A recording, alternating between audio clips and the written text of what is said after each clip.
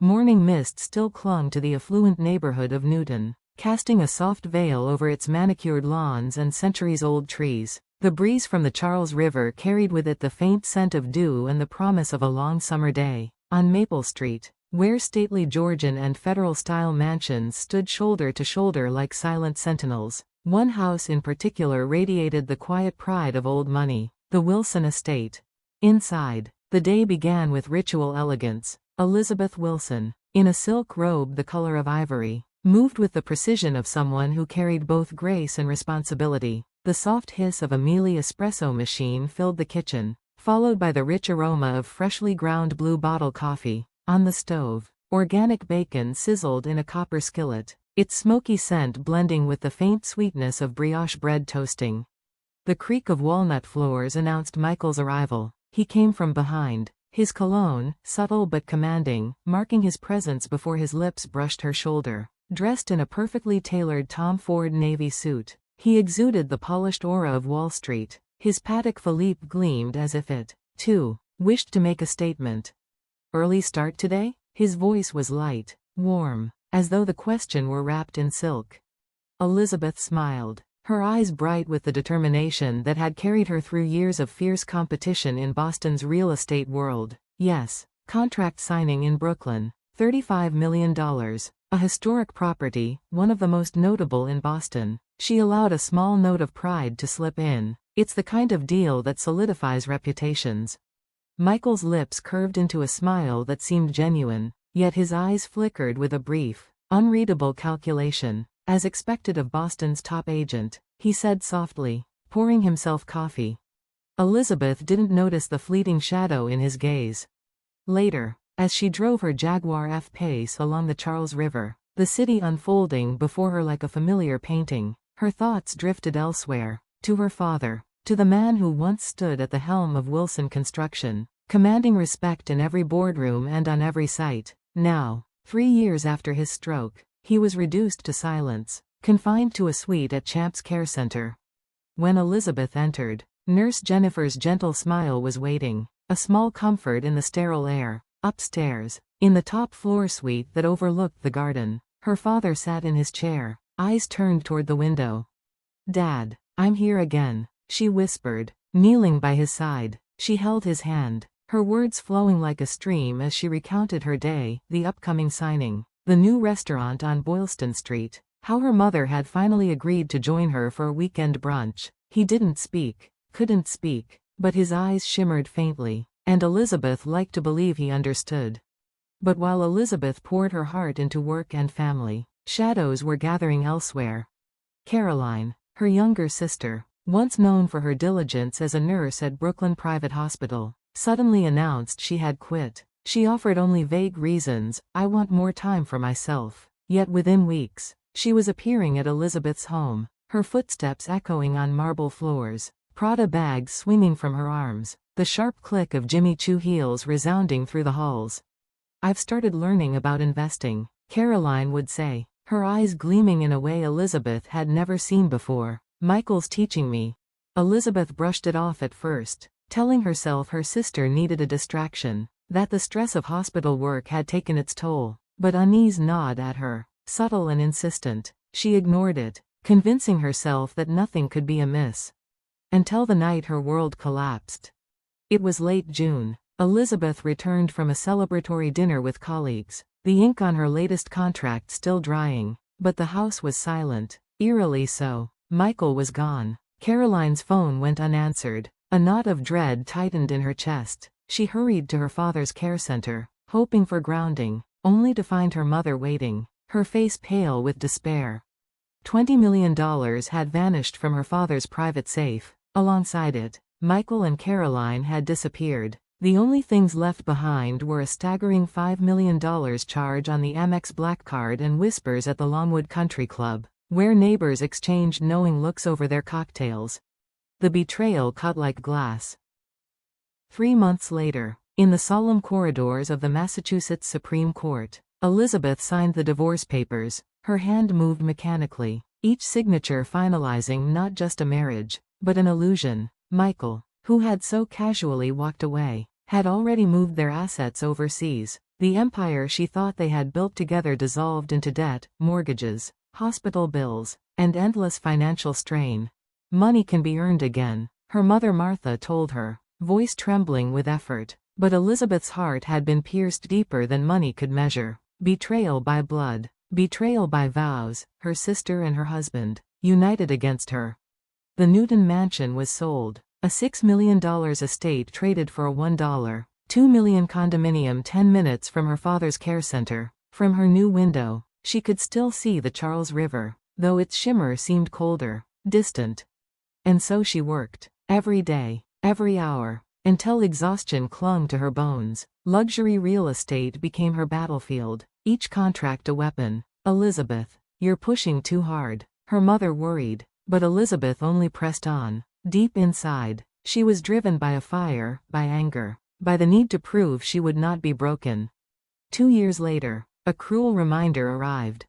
On Instagram, Caroline smiled from the royal suite of a 7-star hotel, a glass of $50,000 champagne in hand. Michael stood beside her, smirking, a new Rolex glinting. Behind them stretched a sapphire ocean, Louis Vuitton bags scattered carelessly inside. The caption stung like a blade, a dream come true, #billionaire.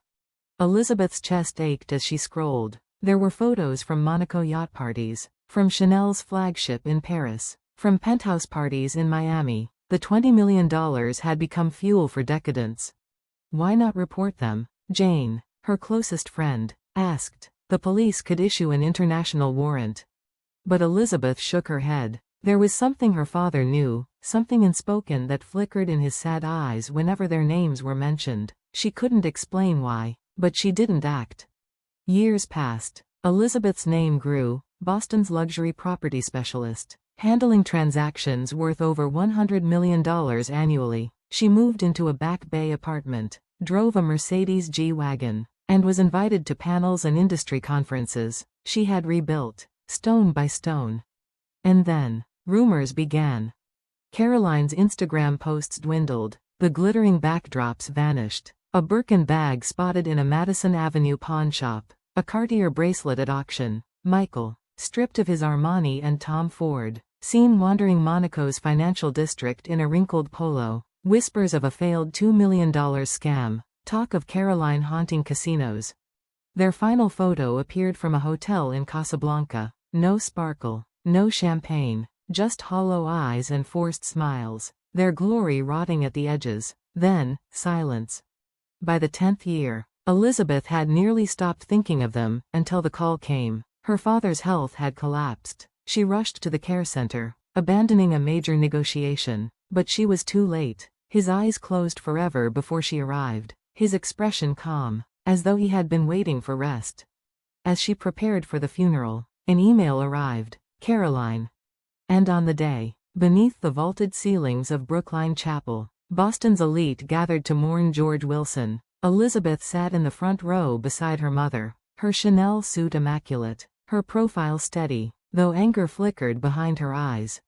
At exactly 2 o'clock, the heavy chapel doors creaked open, guests spread like ripples through the pews. Caroline entered, clad in a new Chanel tweed suit, a diamond brooch gleaming at her chest, a Rolex catching the light. Michael followed, in Tom Ford once more, every detail of his attire calculated, but despite the luxury, something hollow clung to them, like faded actors stepping onto a stage where no one wanted their performance. Elizabeth's hand curled tightly around her mother's. The past had returned. And with it, the reckoning. The chapel seemed to hold its breath. Beneath the glow of stained glass windows, Caroline's heavily powdered face betrayed the truth her cosmetics could not hide. Her eyes were ringed with fatigue, her expression brittle, her posture faltering. Even the diamond brooch on her chest could not mask the weight pressing down on her shoulders. Beside her, Michael's once youthful charm had eroded. His temples were touched with gray, his jawline softer, his stride less commanding. For a man who once prided himself on polished appearances, he looked like a faint echo of the financier who had dazzled cocktail parties 10 years ago.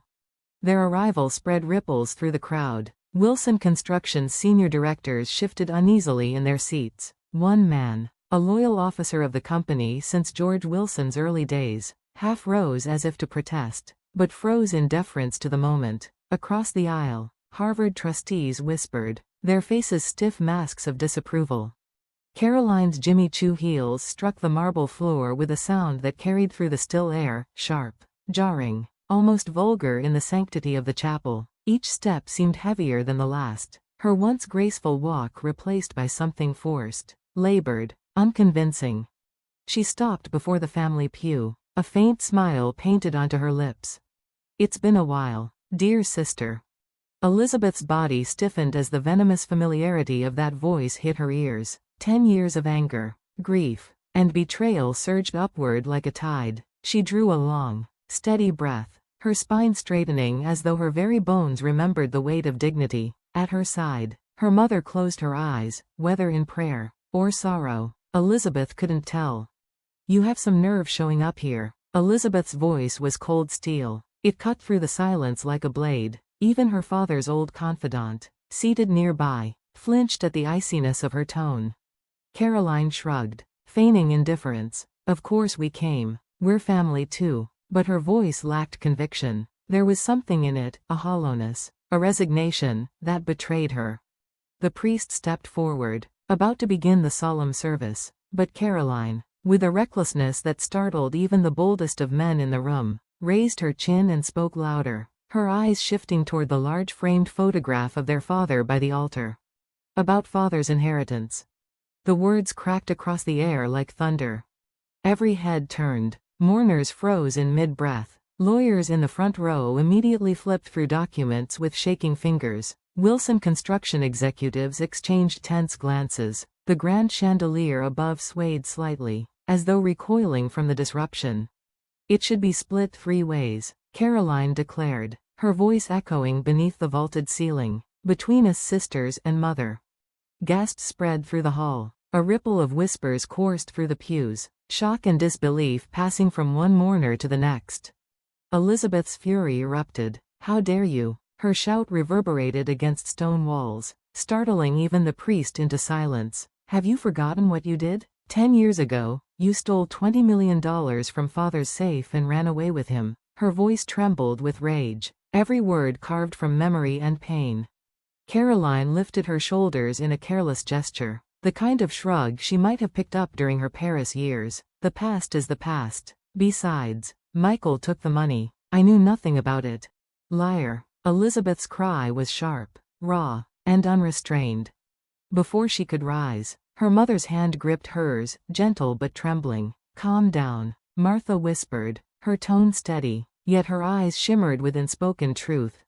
Now Michael stepped forward, adjusting his tie with calculated precision, as though he were once again standing before a Wall Street boardroom. His voice carried that same cultivated charm, though the edges were frayed.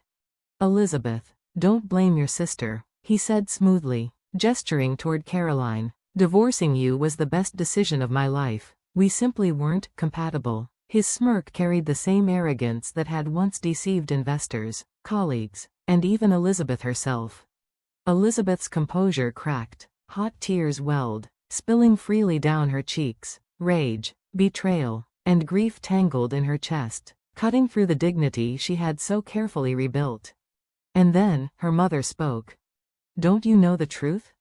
The quiet words fell like a stone into still water, sending ripples across the chapel. The air shifted. Even the faint hum of the air conditioning seemed to vanish. Caroline's smirk collapsed. Michael's smirk faltered. Their faces drained of color.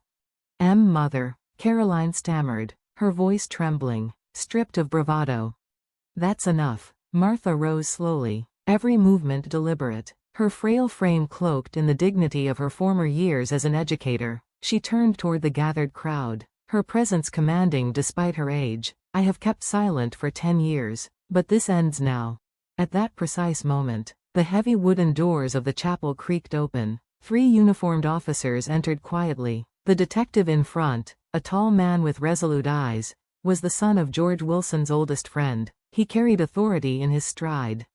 "Mr. Michael Thompson, Miss Caroline Wilson." His voice was steady, echoing through the chapel. "We'd like to ask you some questions." The color drained further from Caroline's face. Sweat streaked her foundation. smudging her carefully painted mask. Michael's eyes darted toward the doors, seeking escape, but officers had already positioned themselves firmly. As gasps and murmurs filled the room, Martha reached into her handbag. She withdrew a worn envelope, its paper yellowed with time, its seal carefully preserved. The handwriting on the front was unmistakable. Elizabeth's heart lurched. Her father's script. To be opened in 10 years. Her mother's hands trembled as she broke the seal. Caroline's lips quivered. Mother, no. But the truth could no longer be buried. 10 years ago, Martha began, her voice low but unwavering. Your father already knew everything. Michael's attempt to sell company secrets, Caroline's role in leaking information, and the plan to steal $20 million in cash. The crowd erupted in horrified murmurs. Executives shifted, aghast. Trustees shook their heads. Elizabeth's breath caught in her throat. Your father had evidence, Martha continued, lifting pages from the envelope. Security footage, access records, transfer receipts, all of it. He could have destroyed you both, but he chose not to. Elizabeth's voice cracked as she whispered, Why? Why didn't you take it to the police? Martha's shoulders sagged with the weight of memory. Because your father loved you both. He feared the ruin of Caroline's future more than the company's reputation. He asked me to remain silent. Her eyes glistened with tears. He called the $20 million his final gift, though he later admitted it was a mistake. Caroline collapsed to her knees. The Chanel fabric tore against the cold marble floor. Her hands trembled, reaching toward her mother as tears streaked down her face. Father, oh, Father. And he made me promise never to tell you. Elizabeth, Martha said softly. He wanted you to live in peace, not in hatred. Elizabeth's tears fell harder. The truth pierced her heart, mingling grief with gratitude. Her father's love had been deeper than she had ever known. Martha lifted the final document. This is his will. Michael lunged, desperation flashing in his eyes, but the officers caught him, restraining him firmly. All assets are to be inherited by Elizabeth, Martha read aloud, her voice echoing through the hushed chapel. However, should Caroline truly change, if she chooses a path of redemption, I hope Elizabeth will support her, at her discretion. The silence that followed was thick, suffocating. Caroline's sobs broke it, her mascara streaked down her face, black rivers staining her cheeks. He believed in me, even after everything? Michael said nothing, only lowered his head in defeat as the officers clasped handcuffs around his wrists. Finally, Martha lifted a small folded letter, and this is his last message. Elizabeth's trembling fingers unfolded it, her father's familiar handwriting stretched across the page, steady and elegant. To my beloved daughters. Every day, I wondered if my choice was right. Elizabeth, I am proud of your strength and your kindness. Caroline, even after mistakes, life offers second chances. You are both my precious daughters. I pray you will find your way back to each other. One day, I hope we can gather as a family once again. Love, Father. Elizabeth's vision blurred as she pressed the letter to her chest. The raw ache of betrayal was now pierced by the deeper ache of love. The detective stepped forward. Michael Thompson, Caroline Wilson, you are under arrest for embezzlement and breach of trust. Caroline did not resist. She simply wept, her body shaking, her spirit broken. Michael muttered something under his breath but could not summon words. As the officers led them away, Elizabeth looked at her father's photo, framed above the altar. His calm, gentle smile seemed to watch over her, as though offering both closure and hope. And for the first time in 10 years, Elizabeth allowed herself to breathe.